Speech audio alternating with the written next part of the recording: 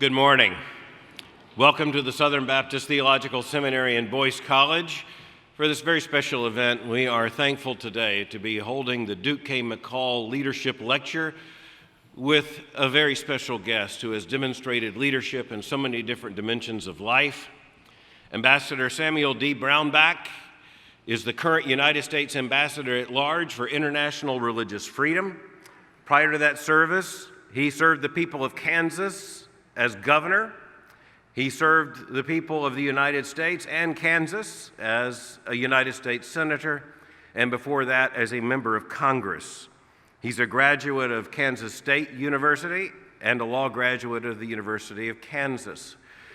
To know anything about American statesmanship and politics in the last several decades is to know the role played by Ambassador Brownback.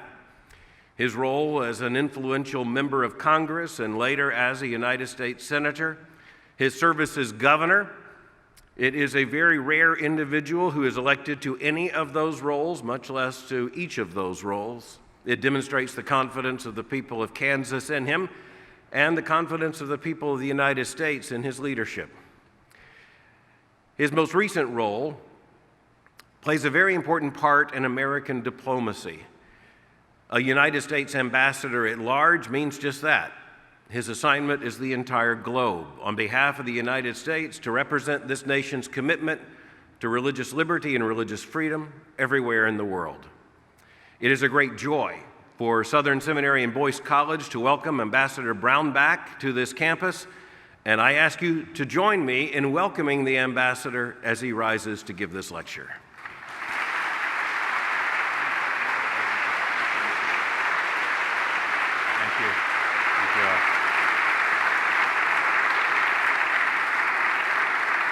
Thank you very much. Thank you. Thank you, Dr. Muller. Appreciate that. It's a delight to be here with you today, to be at Southern. It's my first time here, to be at the largest seminary in the world. Congratulations. That's amazing, and that's a great and heavy responsibility that you have to people all over the world, literally all over the world. And we're going to talk about the world a lot today. Al, thank you for the introduction and for your long service and your service to the people of the United States and really around the world, and your writings and what you've done in your leadership here. We had a delightful dinner last night. I would tell you I'm here for him or for you, and that would be a slight lie to do that. And I've always thought a small lie is a big lie, too. I mean, I'm actually here because his son-in-law works for me, Riley Barnes, and he has the greatest two grandchildren that next to my four that are just fabulous. So we'll compare pictures and all. But I understand that they are here. I mean, his daughter Katie, and then we've also got Benjamin, and Henry Albert is here as well. Would you welcome them, please? Katie, stand up. Riley, stand up. Stand up. I want you guys. Did the kids leave already? They were here. They're already. Oh. Well, I thought this was a stretch to try to have them sit through a lecture. At 4 and 2, you don't try to do that very often, or at least my grandkids don't. And don't get me talking about those. I'm just telling you, grandkids are just this sort of drug for grandparents. You just can't get enough of it. We had ours around for Easter, and it was just a great delight for us to have that biblical verse about may you see your children's children being a blessing is one of undescribable joy, really. And I won't bore you further on that. You can talk to any grandparent about it that you would like. What I am here to talk about is really a difficult issue that's going on in the world today, and one of extraordinary pain and problem, and one the United States is dedicated, and this administration is dedicated to push against and to lead against, and that's the persecution of people of faith around the world. Unfortunately, we have a trend going on in the world of an increasing of religious persecution happening. There is, in a beautiful sense, a lot more people searching for faith around the world. This was supposed to be an era and a season where reason would take over and people would move beyond faith and everything would be driven by reason, and yet the opposite has taken place. People have searched more for faith and they're searching more for God. And yet in the face of that, they're seeing more and more persecution, sometimes insidiously, often brutally, though as well. And my job is to push back against that. I do have suggestions for you that I'm going to come at the end of this, because I think this institution and places like this can play a very key role, a fundamental role in pushing back against this, against this feature around the world. I would urge you, as a matter of fact, to give this platform to some of the people around the world that are persecuted, that have experienced persecution, and hear personally from them of what they are experiencing and what's taking place. Hopefully it will stir you. I'm sure it will. It stirs me every time I hear it from different individuals. I think right now of a gentleman that's an evangelist in Nepal who was a former Maoist. He says being a Maoist actually has helped him in his evangelism for Christ, and that communism is an ideology. Maoism, you follow a person. Well, I follow a person of Jesus now, and as I've switched from Maoism, but his persecution that he faces is substantial. And to be able to invite him to this platform to speak and to hear from him what they're experiencing in just one country, when they're 80% of the world's population experiencing some level of significant religious persecution, I think would be a powerful thing for you, and I think it would be helpful for him to be able to express. Often in our work, one of the lead things we can do is to give a face and a name to those who are persecuted in different countries and developing countries around the world. If we can give them a name and a face, often we can keep them alive, and often as well we can get them out of jail just by giving them a name and a face, because otherwise they are faceless, they're not seen, and governments unfortunately can take advantage of that in situations, or communal violence can arise, and nobody seems to know, and people disappear to fates we don't know. My main goal today is to encourage and even recruit some of you as advocates for religious freedom, an essential God-given human right, declaring that everyone, whatever their faith might be, have the freedom to live according to their own conscience. This first freedom, that I believe it is crucial to how our country began. It's in our DNA. Secretary Pompeo put it this way when he said, religious freedom is in the American bloodstream. In the words of James Madison, he said, quote, conscience is the most sacred of all property. What you do with your own soul, this is the most sacred of the things that you own, that you have, that is what you are. But religious liberty isn't just an American right. It's a universal human right for all people, everywhere. It flows from the inherent dignity that we have as human beings, of each of us. It is a God-given right that no government has the right to deny or to take away. Everyone is entitled to do with his or her own soul as they see fit. Full stop, period. That's what we believe is the United States of America. That's what people are entitled to. And it's not just us, it's everywhere. So serving in this role, I get to do something that I deem as the most important public role I've done in my entire life, because I get to defend this beautiful human right around the world. I'm glad to tell this crowd that I've been in many different places and seen Christians all over the world, in places in Eastern Europe and Asia, Pakistan, Africa. It's been an honor to advocate for their freedom to be able to worship. And we advocate for all people of all faiths, whether it's Christian or Muslim or Buddhist or Hindu or no faith at all, advocating for their religious freedom. To have a faith, to convert and pick a different course of action according to your own conscience, all of these are your right. The government's role in this is actually pretty simple. It's to protect that right, to protect that inherent human dignity, not to pick a winner or loser, but to protect the right of all to freely practice their freedom of religion. The United States is aggressively pursuing that. And that's the reason I'm here in Louisville. The reason I was yesterday in Nashville talking with different individuals about what we can do to move forward on a grassroots movement of nonprofits, faith leaders, communities to think about religious freedom as a priority and how you can act in this space and how you are needed to act in this space. I've spent time in Colorado Springs with Christian nonprofits groups and in Los Angeles with diaspora from Vietnam and Iran, in Korea, Dallas with NGOs working with Africa and South Asian advocates, people from the Middle East and around the world to really try to stir up this grassroots movement. That's why we're here today, is to help the people from around the world. Well, speaking of which, how many people do we have here today, if I could see your hands, are not from the United States originally? Could you hold your hands up? Wow, that's impressive. All right, I think we can form the organization right here to start on religious freedom for around the world. I've often advocated that local church groups need to get a hold of somebody and take focus on a particular country that they want to advocate for and become knowledgeable about it. We're all interconnected so much in the world today, and that you can learn and advocate and help that faith community there to grow and to do better. And they need it.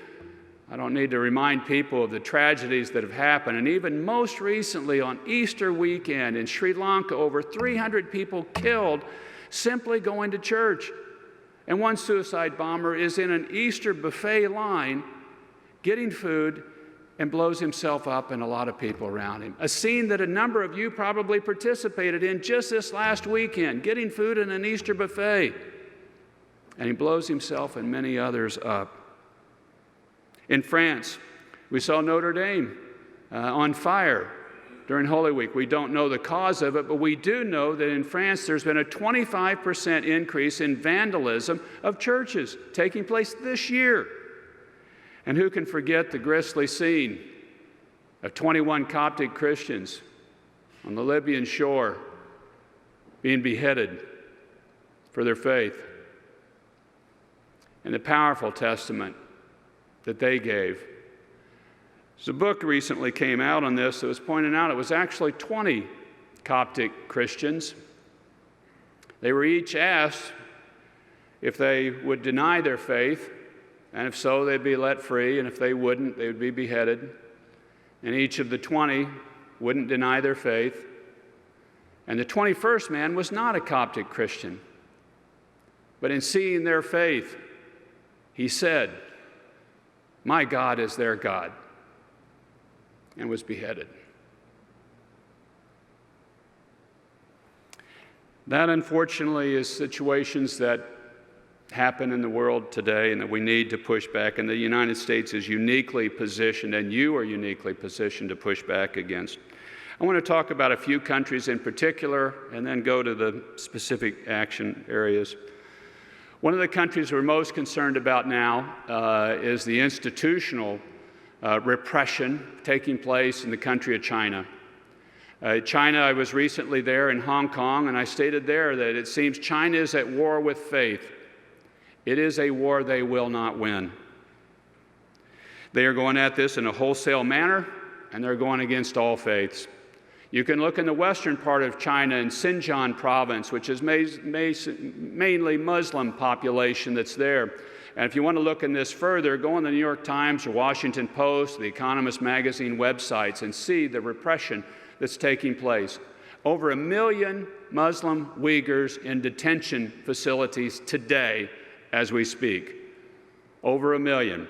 The repression system is a high-tech system that goes with cameras and artificial intelligence systems behind it that identify people by their facial recognition, or even can identify them by their gait and by their walk. And as they're identified, if they go into the mosque and they seem like they're too religious, people can end up in the detention facilities. And this is happening today. And I ask you to, again, go on some of these news websites that are going in and showing the spray of the cameras. And our concern about this is that this is the future of repression. You may see a lot of people going to jail, but you also may see a lot of people just marginalized in the society. That if you are seen as too religious, that you lose your apartment, you lose your job, you lose the ability to send your children to school. And these are taking place in the religious affairs regulations that are being implemented towards the Muslim Uyghur population. The gentleman, the Communist Party that is leader that's over Xinjiang province was previously over the Tibetan Buddhists and implemented similar strategies over Buddhism and over the Tibetans in that part of the country before being brought to this area. And mind you, I'm not talking about anything technologically new that needs to be developed. It just is being deployed.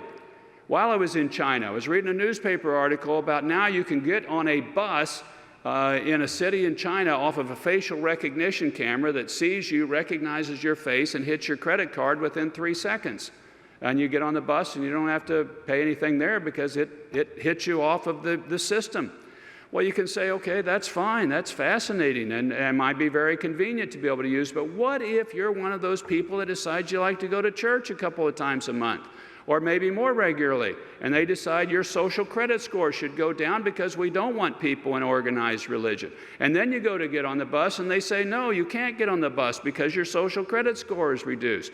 And oh, what if that system gets sold to other countries in the world and marketed and put in other places so that you can't buy or sell if you decide you're wanting to be too involved in church? And oh, by the way, too, it impacts the people that call you on your cell phone, because if anybody pings you on your cell phone, you get brought into their orbit.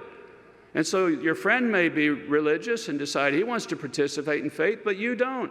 And you're not interested in that, but you get drawn down because of that. And so you put pressure on your friend to stop going to church. Will you quit it? You're hurting me.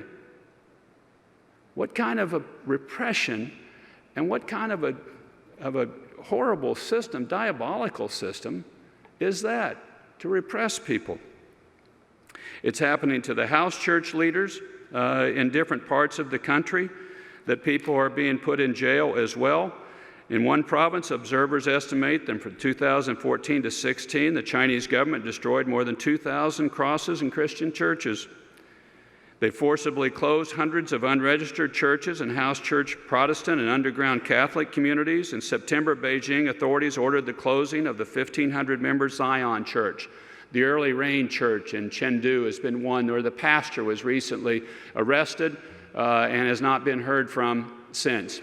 He had the advance warning to be able to know he was probably going to be arrested. And he asked his parishioners if he's gone for 48 hours to post a letter. And he did. And I would urge you to look that up online. If you can look at the Early Rain Church and just go online for the pastor's letter. It is a modern day epistle of somebody from jail like Paul would send. It is a beautiful letter of faith and why he stands. This has happened to Tibetan Buddhists, where the government evicted approximately 9,000 monks and nuns and demolished an estimated 4,000 residents. In Nigeria, I was there in June. It's a very religious and faith-oriented country, yet there's a great conflict going on between Christianity and Islam, with a lot of violence. Over 2,000 people of faith, Christian faith, killed last year. There's Muslim-on-Muslim violence happening too, where terrorist groups are attacking. Churches are being burned. Entire villages destroyed in that country. In Pakistan, we're working to try to see the government change their religious persecution that's taking place. Asia Bibi may be somebody that you're familiar with, as a lady that was put in jail, a Christian, put in jail for 9 years for false charges of blasphemy against the prophet. She was recently released from jail, but she's not free to leave the country. And that has continued, that situation continued to take place. On a good side is a country like United Arab Emirates, which is certainly not perfect, but you can go there and all faiths are respected and practice your faith. I went to church on a Sunday morning there, and my only problem was the traffic. And they've opened up and had a dynamic economy move forward because of this opening that they've allowed to have take place in that nation. Recently, they hosted Pope Francis to give an open-air mass in Abu Dhabi. This is the first ever papal visit to the Arabian Peninsula in the history of mankind. And that happened 2 months ago. Why does this matter to you? Let's get to that point. Why should you care about religious freedom? I give you these examples because I want to convey a crucial point. Where religious freedom grows, violence and terrorism diminishes. And when you have more religious freedom, you often have a better economy, more diversity, and more vibrant society too. Religious freedom is often called the first freedom because the founders put it intentionally in place in the First Amendment, first among other amendments. When you get religious freedom right, other human rights follow, other human rights flow from it. But there's something more too. When nations promote and defend religious freedom, there's a sort of spiritual capital that's released in a country where people can practice their faith and they can go out and help those others that are around that need help in a society. I was in Uzbekistan last year, and just before I went to meet with the president, I stopped at a small church that was there, that we had a meeting set up. As I was leaving, there was a gentleman there just cleaning grapes off to the side, and I stopped and talked with him, and he had been an alcoholic, and he'd been on the streets, and he hadn't been able to get his life together, and the pastor had taken him in, the church had taken him in, and he was no longer an alcoholic, and he was being a productive member of society, and he was so thankful for the chance. And that's the sort of spiritual capital that can be released and is released when you allow people to freely practice their faith. You release that into a society. The society grows. They see the dignity in each person. They see a desire, and they have a desire to help them, and they do. And that's what we need to get released in more places around the world and strengthening this civil society. On a very basic level, as human beings, we have a vested interest in religious freedom for greater peace and stability throughout the world. We see in countries, and this is in the data, and in the academic data, where you have greater religious freedom, you have less terrorism. Where you have greater religious freedom, you have more economic growth. And of course, this is incredibly important specifically to us as people of faith sitting here today. We also know that we want to live in a world where other men and women can operate freely in their faith. We want to be able to attend services when we want. We want to be able to educate our children when and how we want. Where we can hold to convictions about the Bible and the church or whatever faith it might be. We also want to live in a world where more and more people are allowed the dignity and ability to choose how and what they believe. Christians understand that all people are made in God's image, and because of that, every person should have that freedom to do with their own soul what they see fit. Not everyone will agree theologically on theology, and that's okay. That's fine. We're not asking for any merging of theology, but we are asking that everyone here and every American can agree that each individual has worth no matter what their belief is. And everyone can agree that all people should have the freedom to allow their convictions of their conscience as they pursue it. So what comes next? What can you do to help in this effort? Last July, we hosted the first ever ministerial on religious freedom. And ministerials where we invited foreign ministers and countries and governments from all over the world to come to Washington, D.C. on the topic of religious freedom. It was the first one ever held in the world. We're going to do that again in this July. I hope some of you are interested in coming. It's July 16th to 18th. There will be a student track hosted by George Washington University. If you're interested in participating in that, Riley Barnes is here that works in my office. We'd love to have you come and be a part of that. To be more direct, we need you. We need you to know about these issues and to advocate for others who do not share the benefits of freedom we have in this country. We need you to equip and engage. We need you to love your neighbors and to protect them and to respect them, to form a movement in the United States to protect religious freedom of others. So whether it's a campus prayer drive for those wrongfully imprisoned, and we can give you a list of those names on the International Religious Freedom Commission website, has a list of people that are imprisoned wrongfully for their faith, or doing fundraisers to help communities displaced from their homes, like we're seeing dioceses in Phoenix, Arizona, rebuilding the areas that ISIS destroyed in northern Iraq, and they're rebuilding the homes. About $20,000 to be able to rebuild a home so that the people can return to their community. Because often what's happened in a place where people get persecuted for their faith is they leave and they immigrate to another country. They go to Europe, they go to the United States. But we want to see them be able to go home. And they want to be able to go home. But they can't if the home's destroyed. They can't if there's not security. People are rebuilding those homes and helping pay for those from here. You can share these sort of ideas and places with your friends on social media. And here you have a unique situation, actually, that I don't know if it's replicated many places. You have all these international students that are here that know exactly what's going on and are connected back home in their country. You can just engage them. I've seen these movements start on college campuses where they will take on a particular topic and get fired up, get the information, travel to the place, and then start posting it and then spread it to other places around in a grassroots movement. You can start it right here. You have the material, the knowledge, the ability, the reach to be able to do that from here. Let me stress something that I often mention. Your beliefs and your convictions do not have to be watered down in any way to support international religious freedom. Indeed, I think it's better if they're enhanced and they grow. We're not talking about theology here or of watering down or changing anybody's theology. We are talking about human dignity and human rights. We need that faith in action to move the world to not just a tolerance of differences of different people of faith, but to a place where all genuinely care and love one another no matter what our differences, and for each of us to stand and fight for the other person's right to religious freedom. Every Tuesday that I'm in Washington from 11 to noon, usually on Capitol Hill, I host a religious freedom roundtable.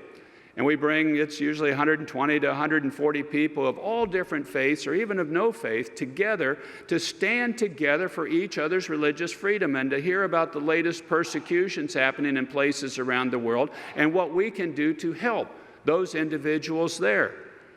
It is us working together as a community of people pushing for each other's freedom, each other's religious freedom. The lack of religious freedom anywhere is a threat to peace, prosperity, and stability everywhere. And in a world that gets smaller and smaller and interconnected, that becomes more and more felt each and every day. The right to freedom of religion and the ability to live according to the dictates of your own soul is under attack around the world. And this is the lead nation to push back. And you're the lead people to push back against it. Defending religious freedom is a great task, a noble task. If successful, more people around the world will experience a burst of freedom they have never known. That right now they're huddled in a little house or building somewhere, praying, hoping they're not being found or discovered, thrown into jail, or worse, persecuted and killed. And they're praying, and God's hearing their prayers, and He's moving you to act off of the prayers that they're given. We're His hands and feet to act, to help them. Hear the call. Feel it. Move on it. Defending religious freedom is this great task. It is in our collective DNA. Let's share religious freedom and push for it around the world. Thank you very much. God bless you all.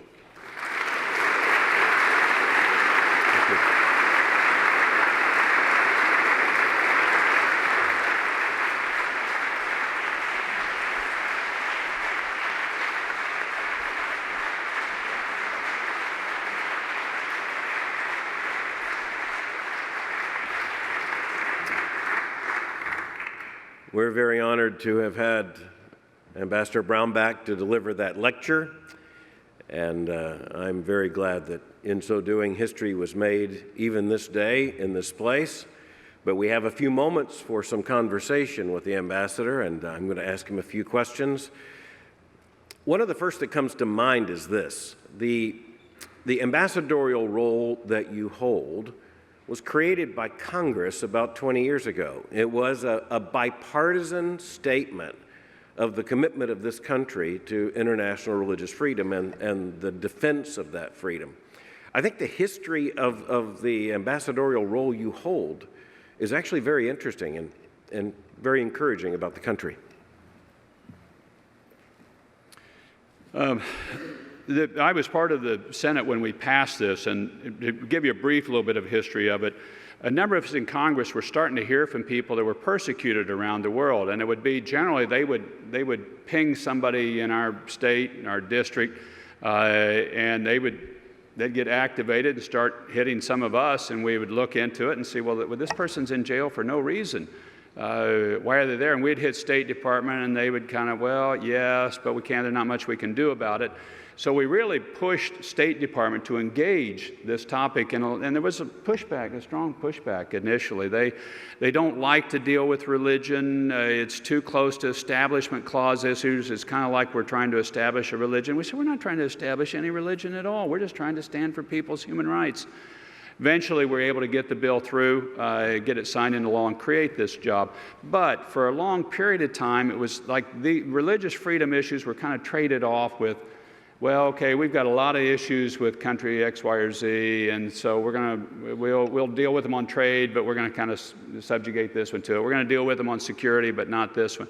This administration has decided, no, we're going to put this forward as a primary human right, and we're going to work on it as a lead foreign policy issue because, A, it's about a dignity of an individual. B, we need less terrorism in the world, and this is a key way to move forward. C, we believe people grow economically if they have more freedoms, and particularly religious freedom. So this administration has really grabbed the topic and elevated and pushed it on forward. And you've seen some of that in action. Some of you may recall the case of Andrew Brunson, was a U.S. pastor that was put in jail in Turkey for 2 years under completely specious charges. He wouldn't have been in jail in this country on those charges for 5 minutes. He'd have been out. But it was just completely specious.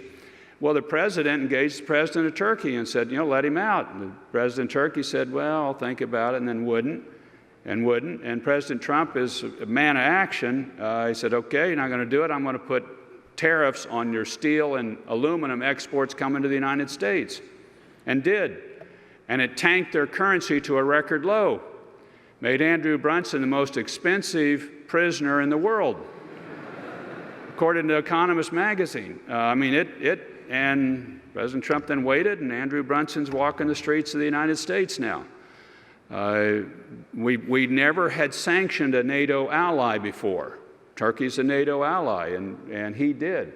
And really wanted to send a signal around the world. We're going to stand and fight for this right. And that's kind of some of the evolution of how the office has moved forward. And we'll do this ministerial again this year in Washington. And we're doing regional ones around the world. We've done one in UAE. We've done one in Taiwan. We've got them set up in Morocco, Tunisia, and I believe we'll do one in Mongolia as well. Ambassador, in your address to the ministerial last year, you mentioned that 80% of the people of the world live in a situation of at least restricted religious liberty. I think that's an astounding number. I think most people would think there must be a minority of the world's population, but 80% is something I think will shock most Americans.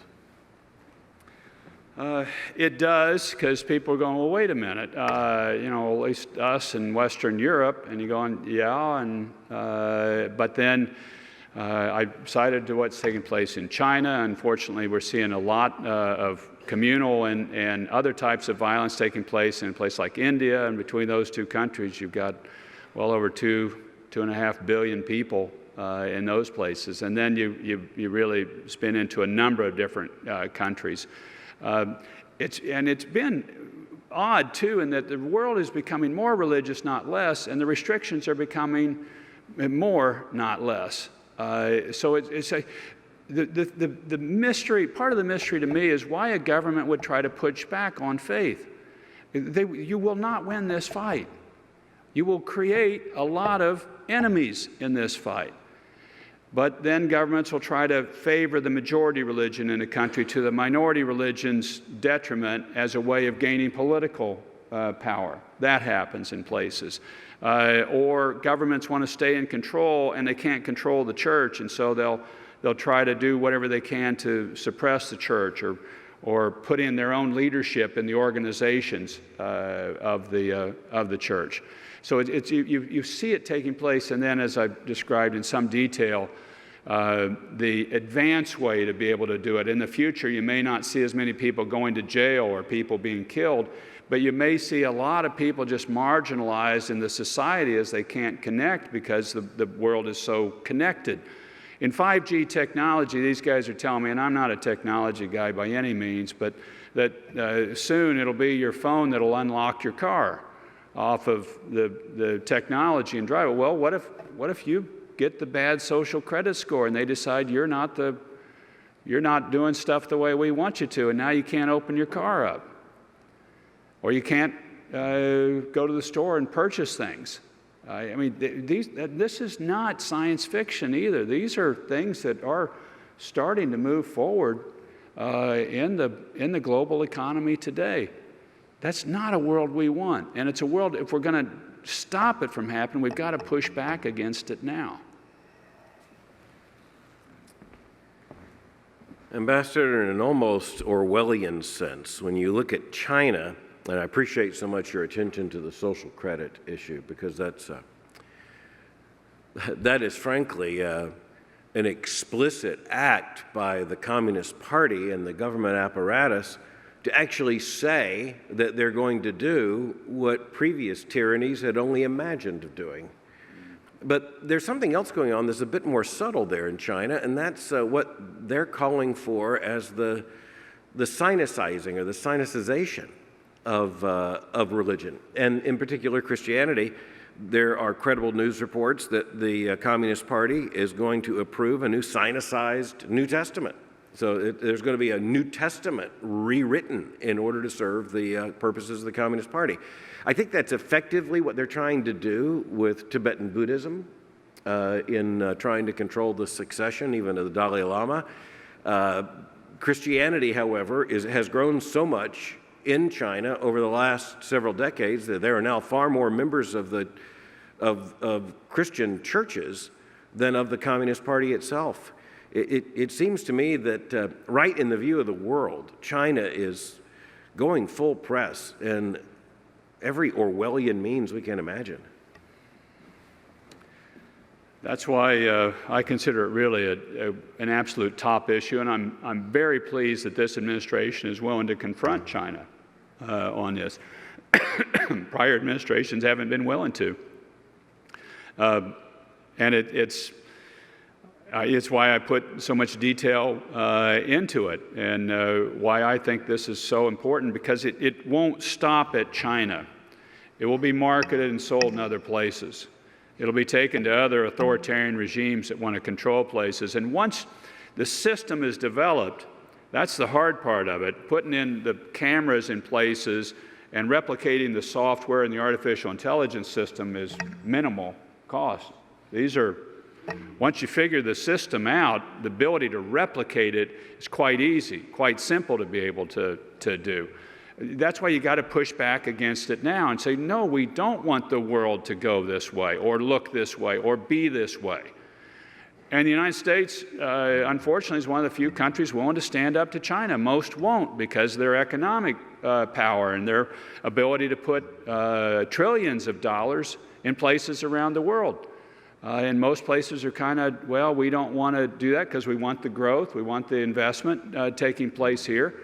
But this really is a different world. And it's something also I think we need to be speaking out in a lot of developing countries. I think we need to be in Africa saying, which is a very faith-oriented continent with lots of strong adherence to Islam and Christianity on that continent, that we should be going to Africa and saying, oh, okay, I understand the Chinese are here and investing aggressively and wanting you to buy their technology. But look at how that technology is being used and how it can be deployed. And do you want to see that happening in your country? That should be pushed back now before all of it gets marketed, sold, authoritarian regimes implementing it, and then continuing their power off of a system that allows and enhances their ability to maintain that power over people. Ambassador, I particularly appreciated one word in your lecture which you used more than once, and that's the word conversion. As evangelical Christians, we see the gospel of Jesus Christ as the very center of who we are, and the commission of Christ to take that gospel into the nations and make disciples. I think there are some nations around the world that would claim in some sense to recognize and cherish religious liberty, but where it's most crucial at the freedom to convert and to do so publicly, that's often absent. In some parts of the world, conversion is a death sentence. And I I definitely appreciate and want to state that the fact that you explicitly mentioned the freedom to convert as essential to religious freedom, religious liberty. I just want to ask you, how is that dimension of essential religious liberty faring now around the world? A lot of places push back against it. I mentioned it because it is a foundational piece of religious liberty, but also it's in the UN Declaration of Human Rights. In the basic 1948 document, you have, that most nations signed on to, you have the right to choose, to not choose, to convert if that's your choice, or to do nothing, or you have the right to have no faith. That's why I put it forward. But it is one that a number of nations will say, yeah, we believe in religious liberty. Indeed, in most constitutions, in most countries, you're granted the right to religious freedom. That's in their constitution. It's just they don't practice it. And there have been no teeth around the world, really, to push people to do it. This topic can be particularly touchy to a number of places where the majority religion generally is the most politically powerful, and they don't want to see any of that diminished. And so they go, well, look, we don't want to see that happen, and so that they'll push back. But you get into governments get into problems when they pick a winner or loser, even if the winner they're picking is the majority faith in that nation. The government is best doing the role of protecting the right, and that right is a full right to do whatever you choose. So that's why I mention it, and it's one we do have difficulties with a number of governments that they'll kind of go, okay, I can go so far with you, but that one, we're not so interested in, and so it is one we have a lot of difficulty with, but it's a part of the fundamental right. Ambassador, I want to ask you an historical question. If we go back to 1989 and the subsequent years, and you were very much involved in public life and U.S. foreign policy at the time, we saw the crumbling of Soviet communism. We saw the death of an officially atheistic totalitarian regime. And at the time, there were those in the West who celebrated what they believed was the end of history and the dawning of a new age of democratic liberty around the world.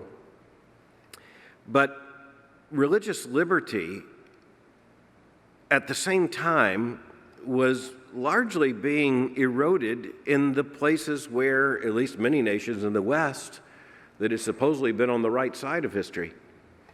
And so I want to ask you, what kind of threat to religious liberty is now represented by an aggressive secularism? The one country that I don't have portfolio in is the United States of America.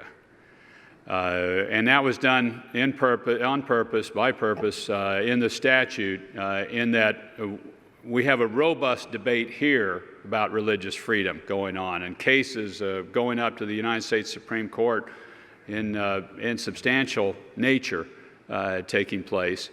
But we did that in the Congress because we couldn't agree on the definition of religious freedom in the United States. We could agree we wanted it, but one side would generally, some people would say, I want religious liberty, or I want freedom to worship. Others would say, I want freedom of religion. The freedom of worship being you can be free to do whatever you want in your house of worship, as long as it doesn't cause violence to another. Another saying, but it doesn't go out into the marketplace. And the other say, no, this is a broad-based right. It goes everywhere. And that was the big debate, kind of the points of the debate in this country. They didn't want this office involved in it. They wanted it to be bipartisan office. It is a bipartisan office, so they said you have to stay out of the United States on freedom of religion topics. So I have no portfolio here, and I have no mandate. There is a robust debate going on in the United States. There's no question about that. All of you are very familiar with it, and these cases are going to continue to mature forward into the U.S. Supreme Court. For me, even if I don't get to work in this country, there's plenty of work to do in different places around the world, and we do. And in many places, we're not talking about that level of definition. We're just talking about keeping people out of jail and keeping them alive. We're talking about that level of religious persecution and freedom, and there's a lot of that happens.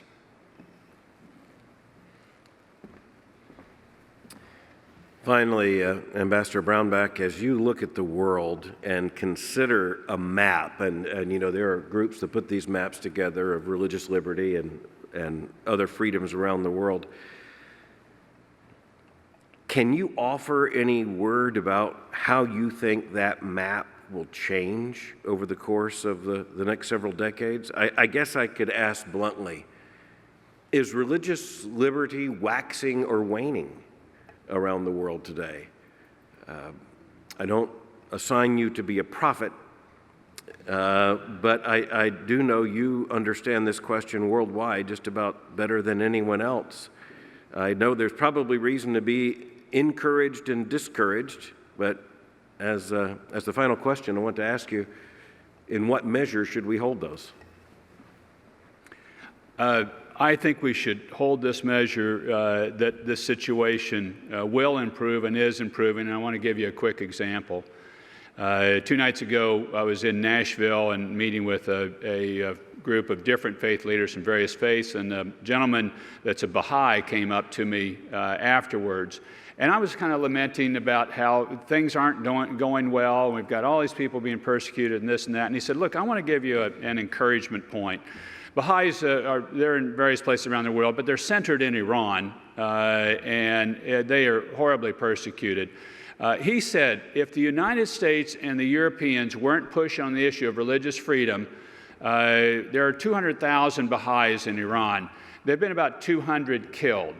It wouldn't be 200, it would be 200,000 that would have been killed by now. They know where every one of them lives. They know the data on each one of them, and they would kill them all. Because there wouldn't be a repercussion. They would be, that the regime doesn't agree with this. The regime thinks that these are infidels. And that they would do this. But because there would be such an outcry if this took place, and indeed whenever anybody is imprisoned or if there is an execution takes place, there is a global outcry. He says that's kept that number down. Now 200 is way too many, but it's not 200,000. And we are keeping, by our energy and focus on this, we are keeping people alive and we're keeping them free. Now it needs to be better. I pray for the day when religious freedom, the gates of it fly open around the world, and when the iron curtain of religious persecution comes down, and I believe it will happen. But as of now, I think our point and our need is to really be strong advocates and to stand and to realize that by so doing, we are advancing this, even though it may not seem as clear to us on the face that that's happening. I think he was saying that was my last question. I want to thank you for coming and your interest in this topic. I really do want to encourage you to form and to start up this grassroots movement. You've got all the elements right here, and you've got a global reach, and you've got a desire, and you've got an ability to do this, and this is needed. And your voices will keep people alive, and they will keep people, get them more freedom. And you could form it with a number of these international students that are here now, and there'd be groups happy to help you. Our office would be happy to put you in touch with different ones, and you could model this movement off of it. And then once you get it going, spread it. Take it to other seminaries. Take it to other places around the world. And this is a most noble cause. I run into people now that when I was in the United States Senate, they were in jail. I advocated for them. I was a U.S. Senator, so you can do a lot from there. Advocated for them, and they were alive and out and free, and now activists in religious freedom space. And they thank me for advocating. And some of them, I don't remember the name, or it's a name that it wasn't a Sam or an Al, and so I have harder times for the name to stick in my head. But they're out and they're alive, and they thank me. They will thank you for doing this. You can, and this is the place it needs to start, and I hope you do it. God bless you all. Thank you. Hold on just a moment here. Thank you. Yes, sir. Thank you, sir. Thank you so much. Thank you.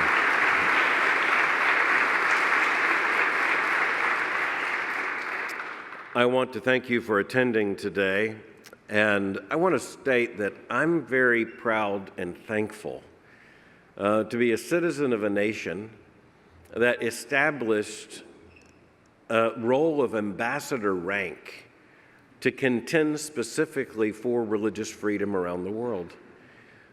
So far as I know, Ambassador Brownback holds the only similar position representing any government around the world. I'm thankful he's representing this government, which means since we, the people, are this government, he represents us. And I'm particularly glad that Ambassador Brownback individually holds this position right now. And I'm very thankful he has given this time to come to Southern Seminary on this day. I want to ask you to join with me in expressing appreciation to Ambassador Brownback for delivering the 2019 Duke McCall Lecture at the Southern Baptist Theological Seminary and Boyce College. Thank you, Ambassador.